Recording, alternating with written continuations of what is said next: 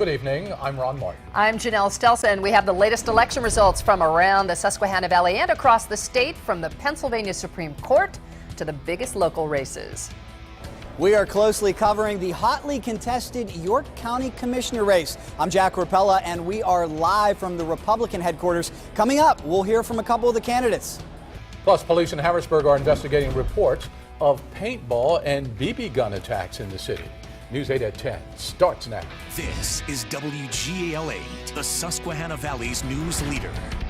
Now, coverage you can count on continues. This is WGAL News 8 at 10.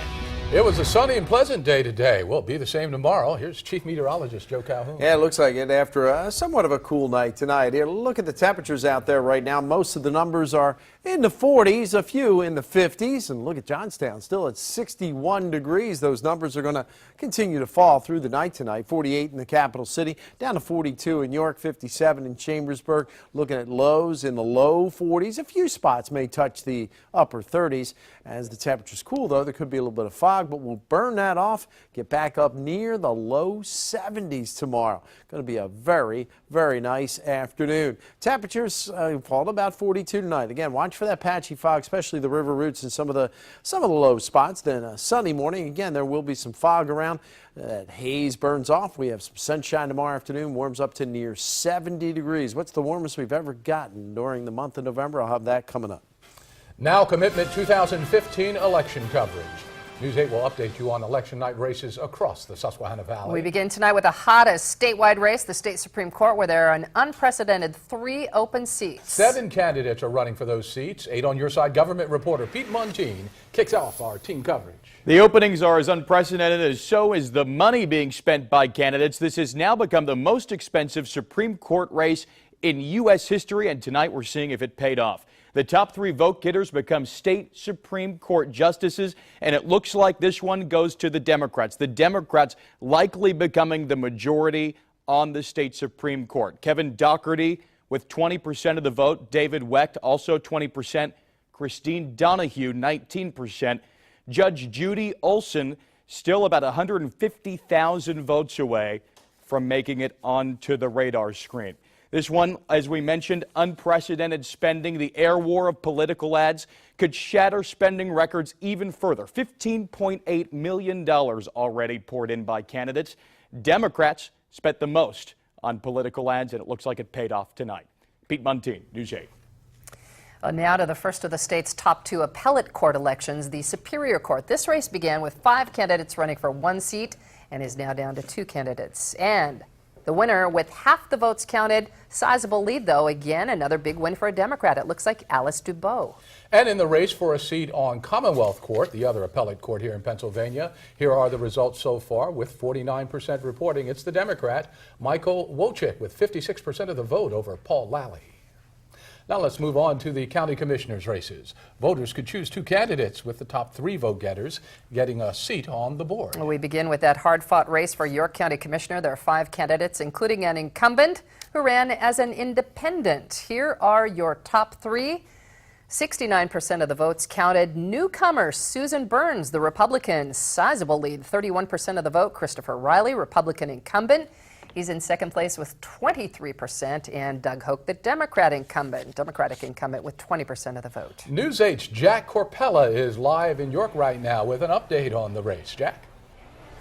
Thanks so much, Ron and Janelle. Yeah, it's been a hotly contested race. It's been an unusual race. And just moments ago here at the Republican headquarters, the announcement was made that your leading vote getter is this lady right here, Mrs. Susan Burns. Congratulations. You know, the last 2 elections, the incumbents haven't even been challenged. Here you are, not as an incumbent, and you're the leader. How's that make you feel? Absolutely wonderful. It's a testimony to the people of York County. When they see a leader, they want to elect a leader.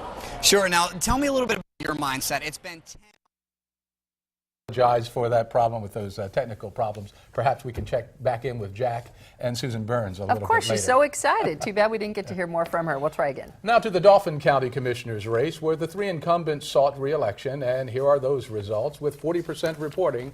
So far, a fairly good night for the incumbents. George Hartwick III, the Democrat, Jeff Haste, the Republican, Tom Connolly, who's the second Democrat in that race, and the incumbent, Mike Prees, is trying to hang on there and get back into that top three. To Cumberland County, where your top three vote getters with most of the votes counted, it looks like it'll be Vince DiFilippo with 29% of the vote, Gary Eichelberger, the incumbent, 24%, and also the incumbent Democrat Jim Hertzler with 22%. Now to the results in the commissioner's race in Adams County, where three incumbents ran.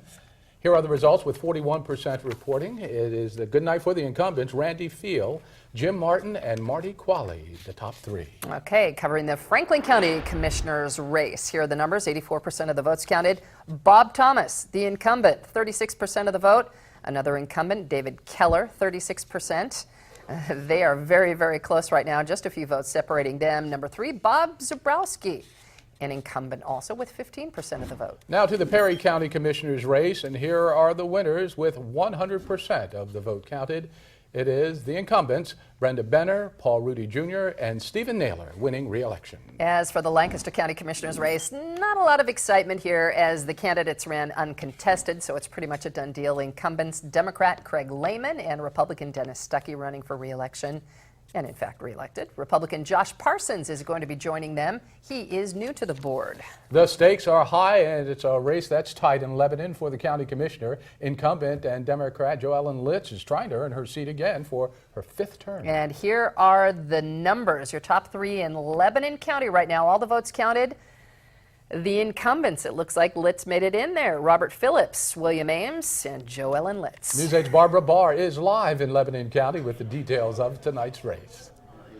Well, Ron and Janelle, that's right. WGL just calling this race in favor of incumbent Jo Ellen Litz. This will be her fifth term. As it appears now, she has held off a stiff challenge from Chris Tarson. Jo Ellen is joining me right now. Jo Ellen, kind of the comeback kid here. Some were predicting this was it for you, that you were going to lose. You know, you can never lose faith. You have to trust God, and you work hard, but ultimately He's in control. And I'm very, very thankful and very grateful for the outcome. Just a matter of a few hundred votes. Back in office, if this holds true, any priority? Oh, sure. One of my priorities is to get the 911 center out of the basement. Another one is to complete the rail trail by 2020. All kinds of things we can do and things I'd like to see done in Lebanon County. I've said that greater things are yet to be done and greater things are still to come for Lebanon County. All right, Jo Ellen, thanks a lot for joining us. On the Republican side, incumbents Bill Ames and Bob Phillips won, and don't give up the ship. All right, we're live here in Lebanon. We'll send it back to you. All right. Thank you, Barbara. News 8's Commitment 2015 coverage will continue in just a few minutes. We'll have updated results running at the bottom of your screen throughout this newscast. You can also find continuing coverage online at WGAL.com or by downloading WGAL's mobile app. Moving on now to some of the other big stories of the day. New tonight at 10, police in Chester County responding to a deadly crash early this afternoon. It shut down a stretch of Route 30 for nearly 3 hours. West Salisbury police say it was a motorcyclist heading west on Route 30, colliding with a car, killing the motorcyclist. Still unidentified. The driver and a passenger in the car were taken to the hospital. And this just in, the Harrisburg School District announcing that Camp Curtin Academy and Capital Area Head Start will be closed tomorrow. The schools are having some issues with plumbing, and maintenance is working on it. The Explore after-school program also canceled. Students are expected to be able to return to school Thursday. Also new at 10, police in Cumberland County have issued a warrant for this man, Gerald Gearhart, for allegedly assaulting a child. Gearhart is accused of sexually abusing an 11-year-old girl and hitting her with a frying pan. A video was shown in court today of the last moments of a man's life before he was shot and killed by a Dauphin County police officer. The video was recorded from the taser belonging to Officer Lisa Merkel, and it shows David Kasich on the ground. He was moving on the ground, but there was no aggressive action. In the video, you can hear Merkel repeatedly asking Kasich to show his hands. Then you can see Merkel firing 2 shots while Kasich was face down on the ground. Testimony at his trial also revealed that Kasich was unarmed. Merkel's expected to testify tomorrow. A bike versus a tractor trailer leaves a teenager injured in East York. York County Emergency Dispatch reports that a teenager on a bike was struck near East Market Street and North Hills Road in Springettsbury Township. No word yet on the teen's condition. And new tonight at 10, police in Harrisburg investigating several cases of teenagers shooting BBs and paintball guns at cars, homes, and people over the weekend. One man says he was hit while he was riding his bike. You can see the light blue paint on his shirt and backpack where he was hit. He says he was riding down 13th and State Streets this afternoon when a silver Infiniti pulled up and shot at him. Police are investigating whether today's incident is related. Weird news out of Lancaster, where a 26-ton fire truck got stuck in a sinkhole today. Firefighters were doing elevator rescue training on the 400 block of North Queen Street when they came out of the building and saw the hole.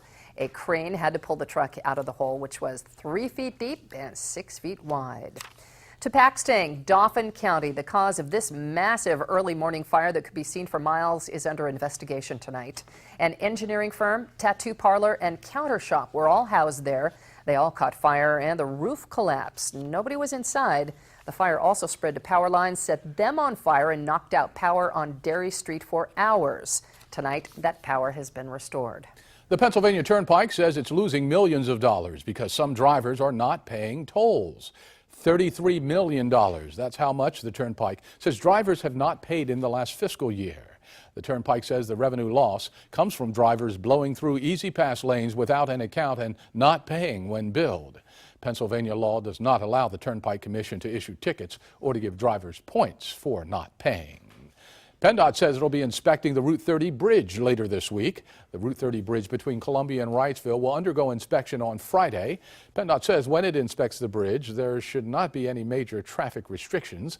PennDOT became concerned about it after they found an 8-foot crack in the Normanwood Bridge, which has similar construction. New tonight at 10, Penn State's student-run philanthropy Thon announced today it is canceling the November 10th through 13th canning weekend.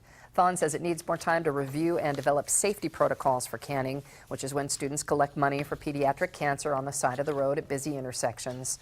This is the second canning weekend Thon has canceled since the death of a Penn State student who died in a car crash on her way back from canning September 27th. And still to come on News 8 at 10, the latest numbers as our Commitment 2015 election coverage continues. Number from today was 70 degrees, and we may be doing that over the next couple of days. Now, as a look at tonight's lottery numbers, the pick 2, 3, 7. Pick 3, 2, 0, 3. Pick 4, 6, 2, 1, 7. Pick 5, 8, 5, 9, 3, 0.